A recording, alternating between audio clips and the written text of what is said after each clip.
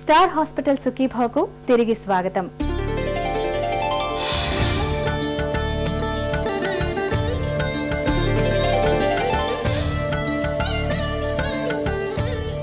అమ్మ బిడ్డకు పాలిస్తున్న కాలంలో అవాంఛిత గర్భాలకు అడ్డుకట్ట పట్టంతో పాటు అలసిన తనువుకు చాలినంత విశ్రాంతి లభిస్తుంది. ఫలితంగా నవమాసాల పాటు అనేక ఆటుపోట్లు ఎదుర్కొన్న ఆరోగ్యం బాగా కుదుటపడుతుంది.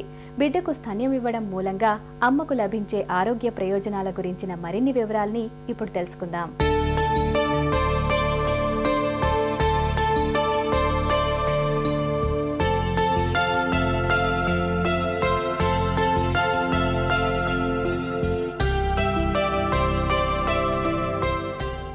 అవాంఛిత గర్భం. ప్రతి మహిళ మనసులోనూ అవాంఛిత గర్భం గురించిన భయాందోళనలు కనిపిస్తూనే ఉంటాయి. అయితే బిడ్డకు పాలిస్తున్న కాలంలో ఇలాంటి భయాలేమీ పెట్టుకోవాల్సిన అవసరం లేదు. ఎందుకంటే పాలిచ్చే తల్లుల్లో ప్రొలాక్టిన్ అనే హార్మోన్ శాతం బాగా ఎక్కువగా ఉంటుంది. ఇది సహజంగానే గర్భనిరోధకంగా పనిచేస్తుంది. దీంతో బిడ్డకు పాలిస్తున్నంత కాలం గర్భం వస్తుందన్న ప్రశ్నే ఉండదు. నెలసరులు లేకపోవడంతో తల్లికి రక్తహీనత సమస్య కూడా బాగా తగ్గుతుంది. శరీరంలో ఐరన్ నిల్వల శాతం బాగా పెరుగుతుంది. తగినంత రక్తం ఉండడంతో తల్లి ఆరోగ్యం కూడా భేషుగ్గా ఉంటుంది. ఆక్సిటోసిన్, ప్రొలాక్టిన్ హార్మోన్స్ వలన ప్రొలాక్టిన్ హార్మోన్ ముఖ్యంగా తల్లికి వెంటనే నెలసర్లు రాకుండా ఆపుతుంది. సో నెలసర్లు వెంటనే రావటం లేదంటే కనీసం 6 నెలల వరకు తల్లికి పీరియడ్స్ రావు, అంటే అండం విడుదల కూడా కాదు. కాబట్టి గర్భం వచ్చే అవకాశం కూడా బాగా తగ్గిపోతుంది. ఇది natural method of family planning అంటాం.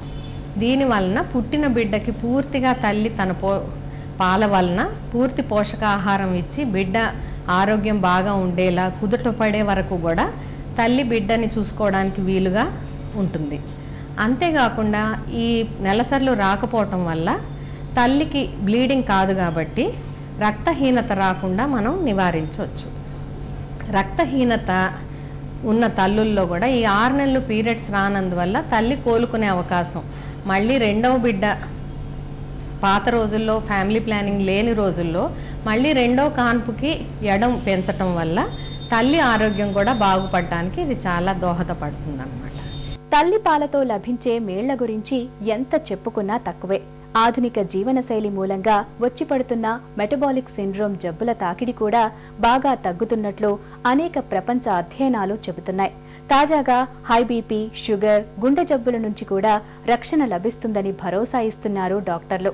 ఆసక్తికరమైన ఈ వివరాల గురించి తెలుసుకునే ముందు ఒక చిన్న విరామం తీసుకుందాం.